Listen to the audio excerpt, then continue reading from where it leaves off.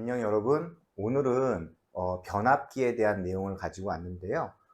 이 변압기는 통합과학하고 물리 2 과목에서 나오는 부분이고요.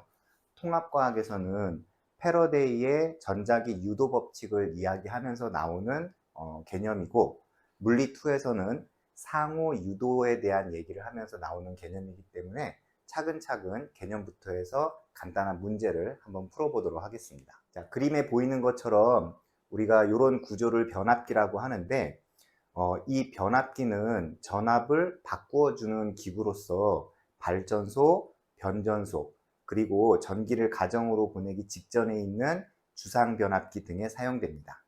변압기는 사각형 모양의 철심에 두 개의 코일이 각각 감긴 구조로서 상호 유도를 이용하여 전압을 변화시키는 장치입니다. 변압기의 원리는 그림에 보이는 것처럼 1차 코일에 교류 전류가 흐르게 되면 이 전류에 의한 자기장이 연속적으로 변하게 되고, 그 연속적으로 자기장이 변하는 걸 이 그림에서는 진동수로 표현하고 있고요. 그 연속적으로 변하는 자기장에 따라서 2차 코일의 자기 선속이 연속적으로 변합니다. 다시 말하면 1차 코일의 진동수하고 똑같은 진동수로 2차 코일의 진동수가 생긴다는 뜻이고요.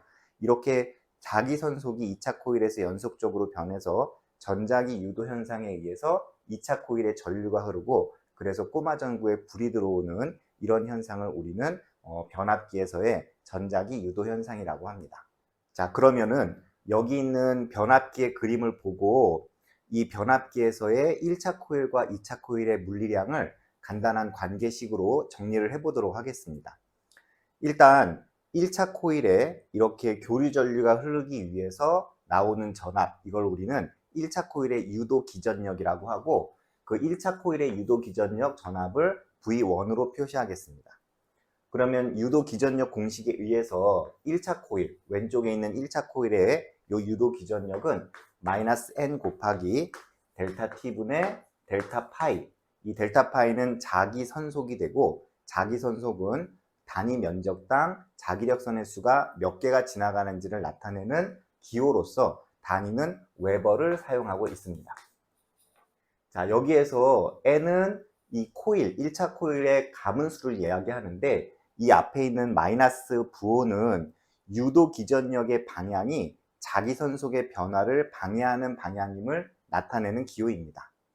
자, 그럼 이 식에서 우리가 델타 t분의 델타 파이를 1차 코일에서 알고 싶으면 델타 t분의 델타 파이는 하고, 여기 있는 n 값을 이항시키면 됩니다. 그럼 마이너스 n분의 v1이 되고요.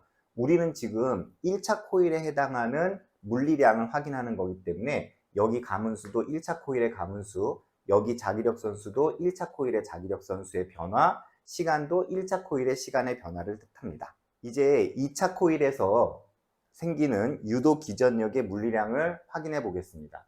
2차 코일에 해당하는 유도 기전력은 V2로 쓰고요. 똑같이 마이너스 n 곱하기 델타 t분의 델타 파이로 쓰는데, 2차 코일에 해당하는 거니까 여기에다가 다 2라고 쓰시면 됩니다. 그러면 위식과 똑같이 델타 t2분의 델타 파이 2를 확인해 보면 마이너스 n2분의 v2로 쓸 수 있습니다. 그러면 좀 전에 이야기한 것처럼 1차 코일의 진동수의 변화, 다시 말하면 1차 코일에 전류가 흘러서 그 전류의 변화에 의해서 자기장의 변화가 생기면 그 자기장의 변화가 곧 2차 코일의 자기장의 변화와 같기 때문에 여기 있는 2차 코일의 시간에 대한 자기선속의 변화와 1차 코일의 시간에 대한 자기선속의 변화는 같은 값을 갖게 됩니다. 자, 그러면 1차 코일에서의 시간에 대한 자기력 선수의 변화가 곧 2차 코일에 대한 시간에 대한 자기력 선수의 변화와 같기 때문에 요 옆에 있는 n1분의 v1은 n2분의 v2라는 식이 성립이 됩니다. 그러면 이 과정에서 우리는 여기 있는 전압의 비와 코일의 가문수의 비가 비례함을 확인할 수 있습니다. 결국은 n1 대 n2는 v1 대 v2의 관계가 되고, 이걸 곱하게 되면 v1 n2는 v2 n1이 되면서 위의 식처럼 하기 위해서 n1을 이항시키면 n1분의 v1은 N2분의 V2로 역시 같은 식이 나오게 됩니다. 그럼 아까 그 식에 의해서 지금 1차 코일의 가문수와 2차 코일의 가문수의 비만 알면 결국은 이 가문수의 비가 곧 전압의 비가 됩니다. N1 대 N2는 V1 대 V2의 관계식이 성립하게 되고, 지금 2차 코일에서 꼬마 전구에 불이 들어오는 그 전력은 1차 코일로부터 전력을 받는 거기 때문에 1차 코일에 해당하는 전력과 2차 코일에 해당하는 전력은 똑같은 전력이 나옵니다.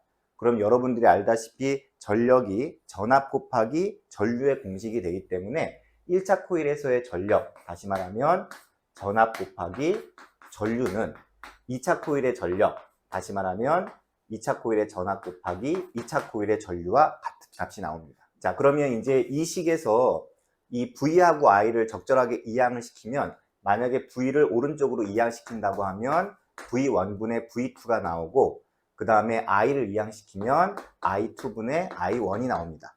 그런데 아까 이 위의 공식에 의해서 가문수와 전압이 비례하기 때문에 전압의 비 1대2, 다시 말하면 1차 코일하고 2차 코일의 전압의 비는 1차 코일의 가문수와 2차 코일의 가문수의 비와 같습니다. 그래서 변압기에 대한 내용의 문제를 풀 때는 여러분들이 지금 선생님이 이렇게 물리량의 관계식을 여러분에게 쭉 정리해 준 것처럼 바로 요 맨 마지막에 있는 요 식의 관계를 이해하면서 문제를 풀면 쉽게 풀 수 있습니다. 자, 이 그림의 문제는 지금 보시면 아시겠지만 가번 그림하고 나번 그림에서 이 1차 코일의 가문수는 동일하고 2차 코일의 가문수가 요 가번하고 나번이 n과 3n이니까 가문수의 비가 1대 3이 됩니다. 그럼 결국은 전압의 비가 1대 3이 나오게 되는 거고, 만약에 여러분들 여기에서 전압을 물어본다고 하면 그냥 가문수의 상대값으로 계산하셔도 관계없습니다. 자, 그런데 1차 코일의 가문수가 나가 같긴 한데 지금 1차 코일과 2차 코일의 가문수의 비율은 전혀 모르기 때문에, 비는 전혀 모르기 때문에 지금 요 1차 코일의 가문수는 여러분들이 생각하지 마시고 요 2차 코일에 초점을 맞춰서 2차 코일에 흐르는 가하고 나에서의 전류와 요 2차 코일에 생기는 가하고 나의 전력을 비교해 보도록 하겠습니다. 이 문제에서는 이 꼬마 전구에 걸리는 저항값은 동일하다는 문제였기 때문에 만약에 가번의 2차 코일의 전류를 알고 싶으면 오음의 법칙에 의해서 전류는 저항분의 전압이 됩니다.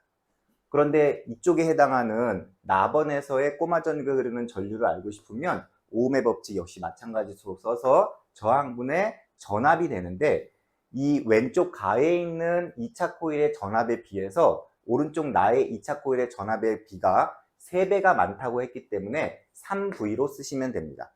그럼 결국은 R분의 V를 I라고 한다면 R분의 3V는 3I가 돼서 가하고 나의 2차 코일에 흐르는 전류의 비는 1대 3이 나옵니다. 자, 이번에는 이 2차 코일에 걸리는 전력을 확인해 보도록 하겠습니다. 전력은 아까 여기 쓰인 것처럼 전압 곱하기 전류이기 때문에 이 가번에서 2차 코일에서의 전력은 가번에서의 전류 I하고 가번에서의 전압 V를 곱하면 되고, 여기 있는 나번의 2차 코일의 전력은 이 나번에 흐르는 전류 3I하고 여기에 흐르는 전압 3V를 곱하면 요 2차 코일은 9IV가 나옵니다. 결국은 가의 2차 코일과 나의 2차 코일의 전력의 비는 IV하고 9IV니까 1대 9가 됩니다. 자, 정리를 한번 해보면 1차 코일의 전류의 세기가 변하게 됩니다. 이렇게 전류의 세기가 변하게 되면 전자기 유도 현상에 의해서 2차 코일에 유도 기전력이 발생을 합니다. 그럼 이 유도 기전력의 발생에 의해서 2차 코일에 유도 전류가 흐르게 되고, 결국은 이 2차 코일에 흐르는 유도 전류는 1차 코일의 전류 변화 때문에 생기는 거기 때문에 나중에 물리2를 공부하실 때 상호 유도에 대한 공식을 여러분들이 이해하실 때 2차 코일에 흐르는 전류의 세기가 결국은 1차 코일의 전류의 변화에 기인한다는 사실을 정확하게 인식하시면 물리2를 연습하실 때도 쉽게 접근하실 수 있을 겁니다. 이렇게 해서 여러분들하고 오늘 전력 수송 파트에서 변압기에 대한 내용을 간단하게 확인해 봤는데요. 여러분들이 영상을 여러 번 돌려보면서 물리량의 관계를 한 두세 번 쭉 써보시면 누구든지 쉽게 접근할 수 있으리라고 판단됩니다. 오늘도 열심히 공부하셔가지고 여러분들이 꼭 물리에 대해서 확실하게 알고 짚고 넘어가는 그런 계기가 됐으면 좋겠습니다.